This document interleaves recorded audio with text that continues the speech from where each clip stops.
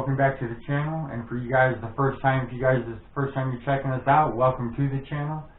Today's video is going to be about how to start a successful vending business. I'm making this video on top of the awesome YouTube content we make here at Too Random. We actually have jobs in real life. We're not independently wealthy. And we're only up to 54 subscribers, so Woo! YouTube aren't paying the bills just yet. So we actually do have jobs. We own TNT vending here, and vending machines are what we do. So since we started the channel, and we are doing a lot more YouTube video watching, I've seen a lot of vending business videos out there, a lot of how-tos, and a lot of advice videos, and so I wanted to make sure I put my 2 cents in and give you guys some good knowledge. I have been involved in the vending business in one way or another for over 20 years. So I have quite a bit of knowledge, and hopefully today I can just pass on a little bit to you guys. So let's get right into it. 3 tips on how to start and run a successful vending business. Number 1 is going to be your initial investment. And of course, with anything, your initial investment is going to be how much does it cost you to actually get into the business, to be up and running. The question's kind of loaded.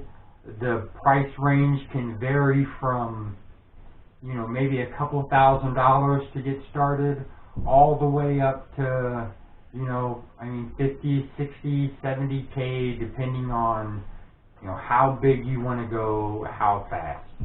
So with vending, it really just depends on how big you want to go, or how gung-ho you are in the very beginning on how much it's going to cost you.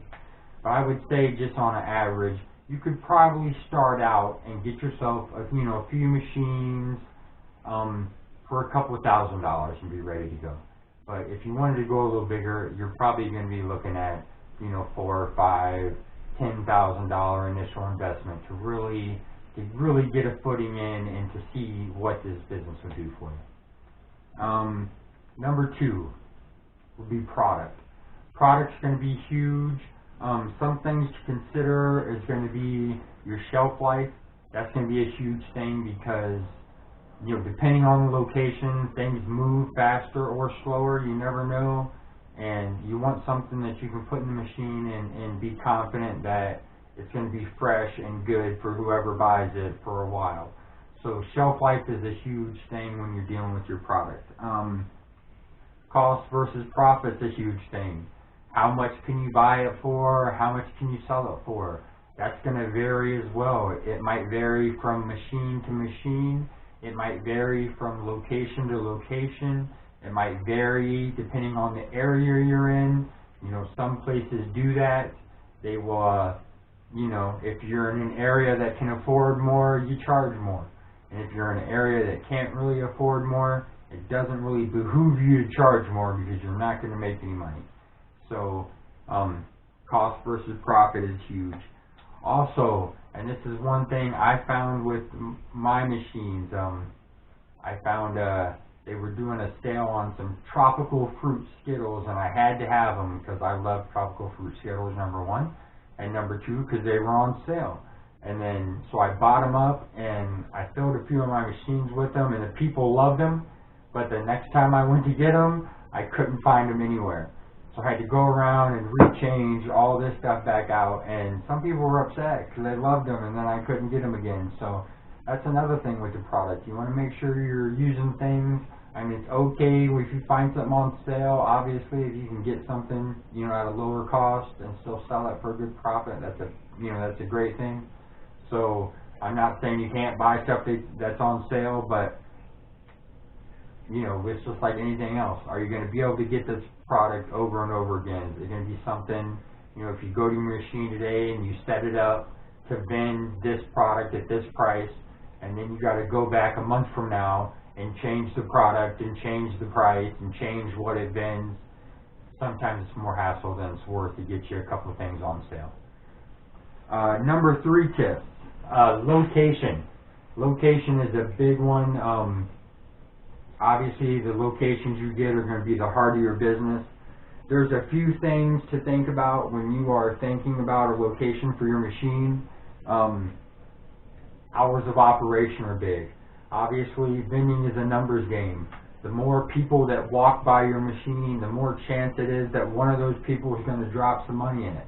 So hours of operation are good. If the place is only open from 4 in the afternoon till midnight, you know, and I don't want to prejudge, because I hate to prejudge locations, but you know, those hours ain't great. You know, if it's a busy pizza place or something, then maybe it's a good location, but you know, hours of operation really matter. The longer they're open, the more chance people are going to walk by your machine, the more chance they're going to put some money in it. So hours of operation are really important in a location. Foot traffic, that matters too. If you have a 24-hour vacuum cleaner store, hours of operation probably aren't really going to matter to you much, because in a, you know, a vacuum store is one of those, it's not really you know, an impulse buy.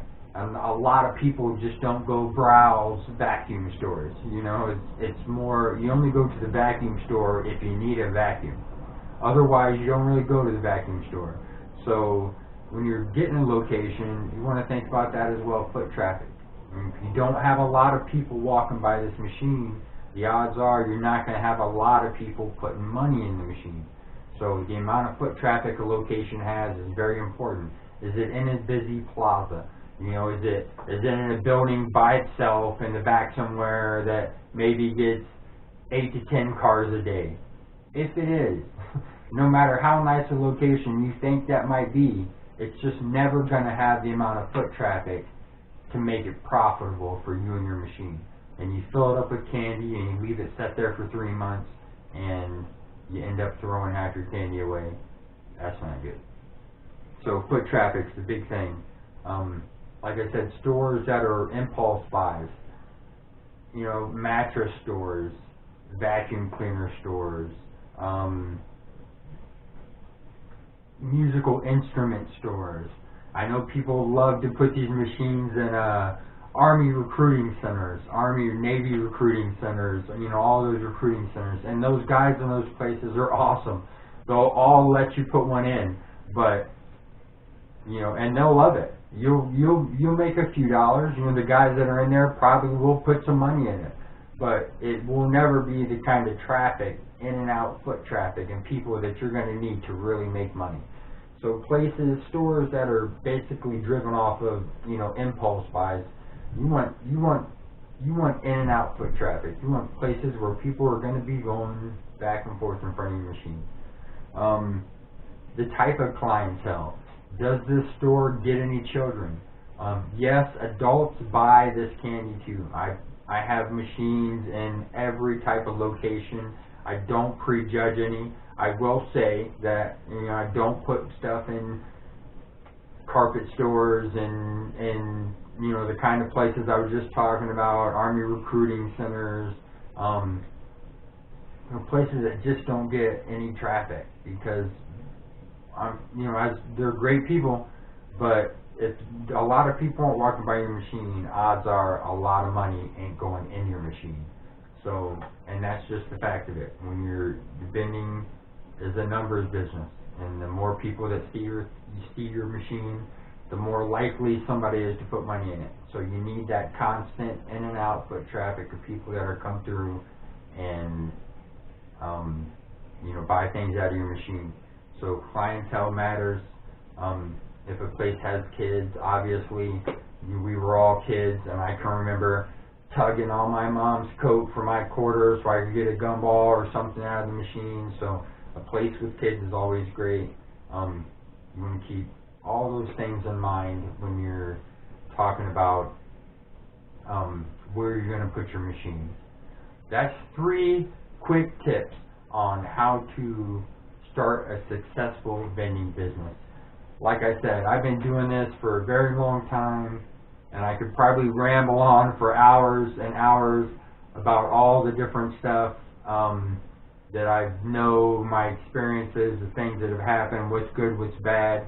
We are going to do some product reviews I'm going to make a few videos just kind of talking about, you know, what sells the best and what, you know, what goes the best in the machines that I have out. But